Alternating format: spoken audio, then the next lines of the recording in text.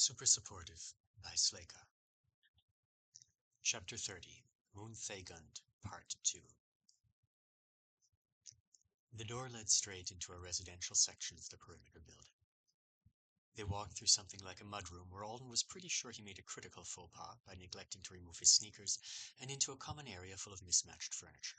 Toys were scattered on the floor, and a couple of the adults hurried to pick them up while Alden was installed partially against his will on a chaise longue facing a large screen he assumed was for television.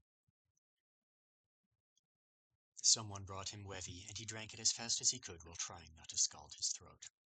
The two children stared at him from behind a chair, like they expected him to do something shocking at any moment. Alden wasn't sure if they were male or female. One appeared to be around 9, and the other might have been a couple of years younger. Wonder if I'm the first human they've ever seen. He sat up a little straighter and sipped his unwanted drink at a more polite pace, hoping he looked like a semi-decent species representative, even if he had tracked dirt on their carpet. While the adults fussed around the room, seemingly unsure about whether they were supposed to sit down with him or not, Alden tried to locate the woman with the pink eyes. She'd run off with the messenger orb. Fortunately, she returned before he tried to stumble his way through more sentences to ask after her whereabouts. She had what looked like a steel egg cup in her hand, and when she placed the messenger orb in it, Joe appeared on the screen. His image had some unusual three-dimensional effect that Alden was used to from lessons out at the consulate. Up close like this, it felt like the professor might reach through the screen and grab him. Several of the people in the room gave relieved sighs at the sight of Joe's face. Alden glanced around at them all, surprised. Maybe they were worried I was lying? Joe started speaking, and Alden followed the translation closely. Hello, my friends. I have some good news for you at last. If you are seeing this message, then it means the avowed I'm planning to send your way agreed to the arrangement and arrived safely. Please treat him with respect. You loyal few who refused to sign with the usurpers will soon be able to rejoin me thanks to his efforts. There was a lot of excited chatter at this, and the uncomfortable stares Alden had been getting became uncomfortable in a brand new way. He wished Joe wouldn't set their expectations quite so high. Even if everything went perfectly, he could only carry 1 or 2 people at a time, and he couldn't do back-to-back teleports to Moon Thegund because of the limitations placed on Joe's system usage. Apparently, every wizard had some kind of individual credit limit when it came to using the system for things, and Joe's had been reduced enough that a single round-trip teleport was all he could authorize per day. Alden hadn't been surprised to learn there were limits, but it was something he'd never really considered before. For some reason, he'd always imagined summoners doing whatever they liked when it came to zapping Avowed around the universe and doling out magical rewards. But of course, even the seemingly all-powerful system couldn't be an infinite resource. There were 15 of the assistants here if he included the kids. He could double up a few times, but to rescue them all, he'd have to come back every single night. Now, the recording of Joe was giving them instructions. He was telling them more or less the same things he had told Alden, though he gave the assistants a sunnier impression of the situation. He didn't say that the first teleport would be a trial run, but he didn't mention the fact that Alden could just choose not to come back again. As soon as the professor started listing supplies he wanted from the lab, several of the Artonans disappeared. I guess they'll fetch everything for me then, Alden thought. That was convenient, but he found himself a tiny bit disappointed that he wouldn't get to see the non-residential parts of the facility. It wasn't every day you got to tour a place that specialized in researching demonic energy. Joe finished off his speech by telling everyone the basics of how Alden's skill worked, which would save him the trouble of trying to say, "Entrust yourself to me," in broken Artonan. He could think of about a dozen ways that could be misconstrued. He wondered if people could be entrusted to him by others. He doubted they could, unless they were unconscious, since he couldn't steal something a person was holding. Petit-Quol had been able to entrust the frog to him, but that was an animal. Although it was actually the carnivorous flower she'd given him, maybe he could take conscious people if they were bound or trapped in a container? Superpowers put you in some bizarre situations, he thought, as he imagined someone handing him a duffel bag full of a struggling third party. When the professor had finished speaking, there was a discussion among all the assembled assistants about who should go first. Initially, they asked Alden who he wanted to take, but he refused to pick. He knew so little about the situation, really. If he'd wandered up onto this lab with no prior knowledge about it at all, he would have thought nobody here needed saving. It was isolated, but it seemed calm and comfortable. Yet they were obviously eager to leave. And it sounded like maybe some of the people who worked here, the ones who'd chosen to be employed by the usurpers, were already gone. If it was so dangerous in this place that Joe's assistants were willing to risk using an untested method to escape, then Alden thought they should maybe be giving him the kids first. But in the end, they selected an elderly man. Alden hoped it wasn't because they expected him to fail and the old guy had already had a long life. With the decision made, the pink-eyed woman led them all through the residential section of the building. It reminded Alden of a long, curved hotel hallway. Assuming the doors all belonged to individual rooms, then Joe's original staff must have been at least 3 times its current size. They exited through another mudroom and stepped out into the main compound. A pair of gray, pentagon-shaped satellite dishes towered overhead. A woman wearing coveralls was sitting in the driver's seat in an armored vehicle with tires made out of interwoven metal links. Instead of a steering wheel, the thing had a few levers and a bunch of buttons that were identical, except for the logograms on each of them. There were seats for 3 passengers and the driver, and it had an enclosed trailer that she unhitched with the press of a button. The trailer rolled itself back a few feet, its strange tires leaving only the faintest of impressions on the hard-packed dirt. The old man, who would be Alden's first passenger, went straight to a pair of plastic cases resting on one of the vehicle's seats. He unlatched them and started looking through them, asking the woman in coveralls questions about the contents. One case was full of foam padding and tubes full of innocent-looking clear liquid. The system here wasn't as stodgy as the one on Artona 3. It was happily translating absolutely everything everyone said for Alden. But either it wasn't great at the job, or it just didn't have English words for alien scientific materials. He doubted the official name of the substance in the tube sounded as absurd as the system's preferred translation, which was bad impact juice. And the second case had a piece of equipment in it that everyone was calling a mixer, even though it appeared to be a solid cube. They were all treating both cases with a lot of reverence, so Alden assumed the impact juice and the mixer were important. "We'll have the other supplies ready when you come tomorrow, Honorable Alden," the woman with the pink eyes said. She pronounced his name with very distinct syllables, so that it sounded more like more than one word.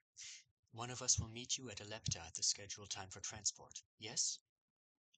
Alden really wished they had some kind of translator for his half of the conversation.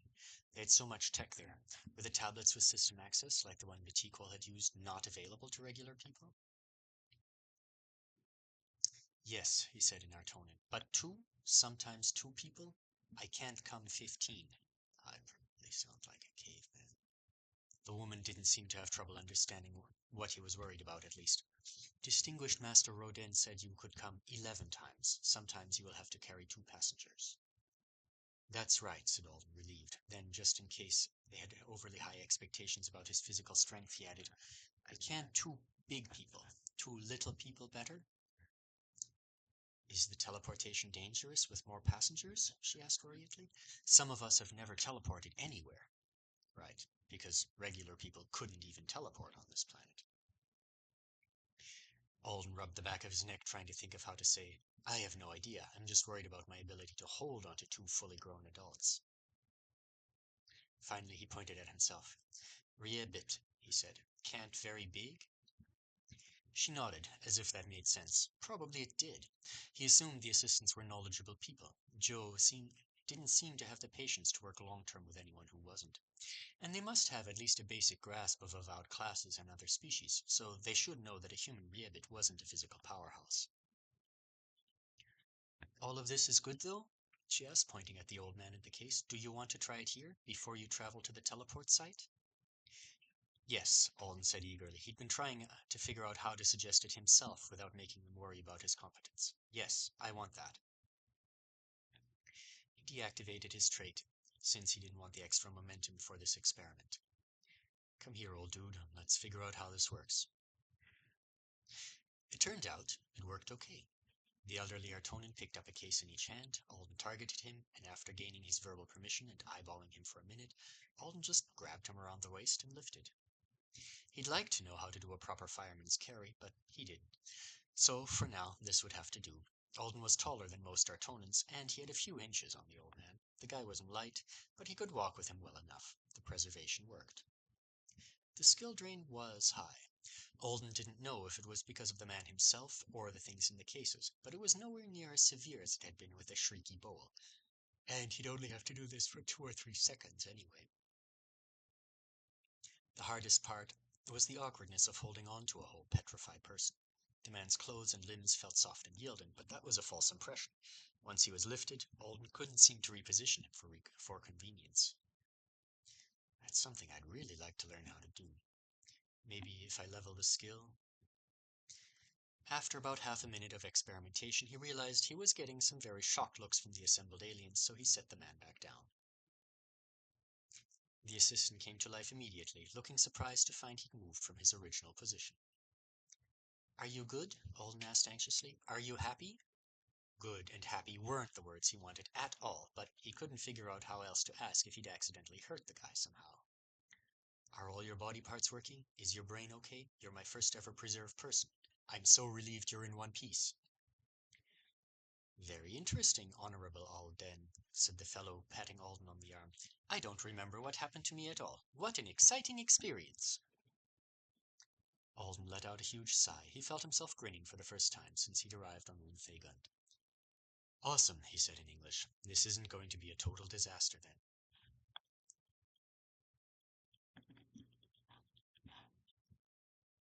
There were some tearful goodbyes before they could depart. Nobody was saying it, but Alden had the feeling the group was divided into those who trusted Joe absolutely and thought he could do no wrong, and others who were more cautious about the mode of travel their boss had chosen. The old guy had a great attitude and kept talking about the trip like it was a grand adventure, but Alden was pretty sure he was just trying to calm the others' fears. They finally boarded the armored vehicle and left. The driver pressed buttons, and they exited the compound by way of an underground ramp that went beneath their perimeter building. Alden and the old guy were in the back 2 seats, buckled in with harnesses that had automatically fitted themselves in place. Alden had been surprised at how thick the windows and doors were when they boarded, and as they left the facility he was even more surprised when sigils of light started to appear here and there on the floor beneath his feet. A pudgy, bald man had joined them. He was riding shotgun and staring with intense focus at a trio of display screens that showed a 360-degree view of the grasslands around them. The 3 Artonans seemed more nervous now that they'd left the lab behind. They were all quiet, for the most part, though after she put in coordinates for their destination, the driver turned back to look at Alden and told him admiringly that he was very brave for coming to get them on foot. Which made him feel pretty strange about the journey he'd just completed. Their anxiety was infectious, and he found himself gazing out the window, expecting to see monsters lurking in the grass. He didn't. This strange vehicle moved swiftly, leaving a trail of crushed vegetation in their wake. Their ETA to the farm was just 15 minutes. Just how far out of pocket was this place? Joe had said half the moon was a protected zone, but they must not have been anywhere near that, or these guys would have left the lab in this car thing to reach it, right? And the professor had indicated that ships were in short supply, but unless he was misunderstanding, someone had come to get the other assistants who'd chosen to change employers. Why couldn't they just pick up these people too? Alden had a ton of questions, but with the language limits, the best he could do was say, "Where did others go?" "Other what, Honorable Alden?" the old man asked.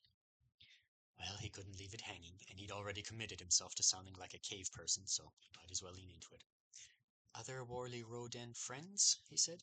"The other Artonans go before, but you are here. Why? Please don't think I'm stupid. I'm pretty sure I'm doing okay, considering how small my vocabulary is." They understood the question, and the driver in particular seemed eager to badmouth her former co-workers. Over the next few minutes, Alden got an earful about the situation. Apparently, when Joe had first been called to account for his crimes, which weren't crimes at all, oh no, they were brilliant and extraordinary magical advancements, he and his many assistants had assumed he would brush off the charges as usual and return quickly. But he didn't. And they soon received word that the lab was being handed over to Ypal Corporation. Another wizard scientist would soon take charge, and Joe's employees were expected to transfer over. Only some of them didn't want to. Joe was, as Alden himself had experienced, good at obtaining others' services. The Ypal Corporation wouldn't pay as well as he had, and the assistants, who were mostly crazy science buffs themselves, didn't expect to have the same amount of freedom to play around with the lab equipment they'd enjoyed under Joe's leadership. But there was a lot of pressure to shift loyalties, and a lot of doubt about what Joe could do for them now that he was out of favor with higher powers. Eventually, most of the assistants gave in and signed on with the new owners, and only these few holdouts had refused. They assumed they would be shipped off to a safer, more populated area as soon as the new wizard arrived. Eventually, Joe would arrange for them to travel to the mother planet by spacecraft, and from there, they would be able to safely teleport and join him at the university. However, to everyone's surprise, it went the opposite way. The promised new wizard never appeared at all. The Chaos Index, whatever that was, rose rapidly for months, and when it finally hit some particular limit a few weeks ago, everyone at the lab requested evacuation. But the Ypalk employees were classified differently than the Joe loyalists. A ship came to pick them up, along with some of the lab equipment, but the loyalists were told they had to remain behind, unless they were willing to quit Joe's service. It sounded to Alden like the assistants' skills and their knowledge about Joe's research were valuable to the new owners, so they were basically being held hostage until they agreed to switch sides. He was also interested to learn that the people who came to evacuate the other assistants were avowed. Apparently they were a common enough sight on Thegund, just not here, on the wrong half of the moon. It was an uncomfortable thought.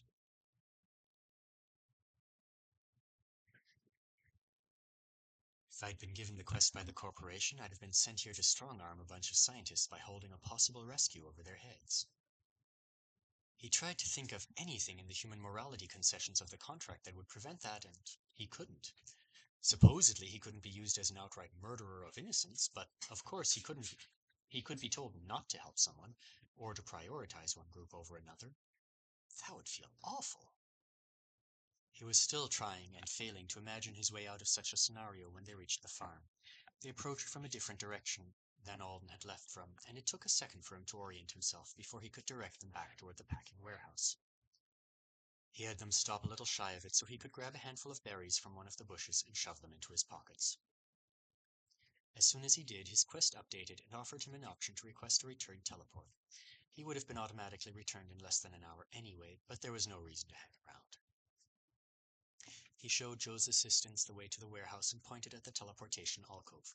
They promised one or two of them would be here waiting for him at the appropriate time tomorrow. There would be no need for him to travel to the lab itself again. From here, his nightly teleportation trips should be swift and simple.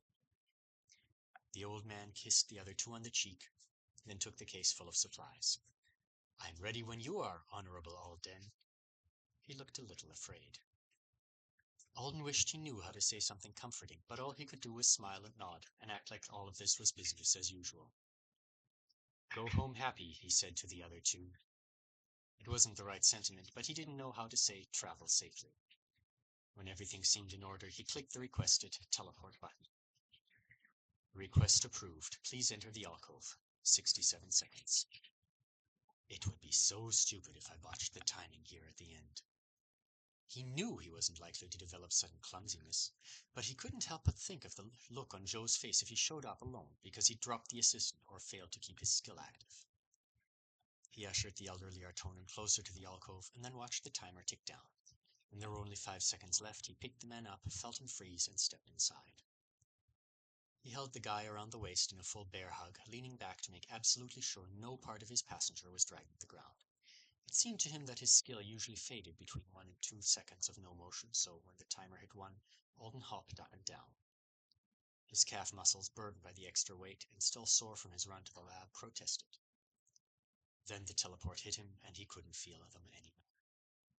Just like before, everything went blank, and he became a disembodied awareness.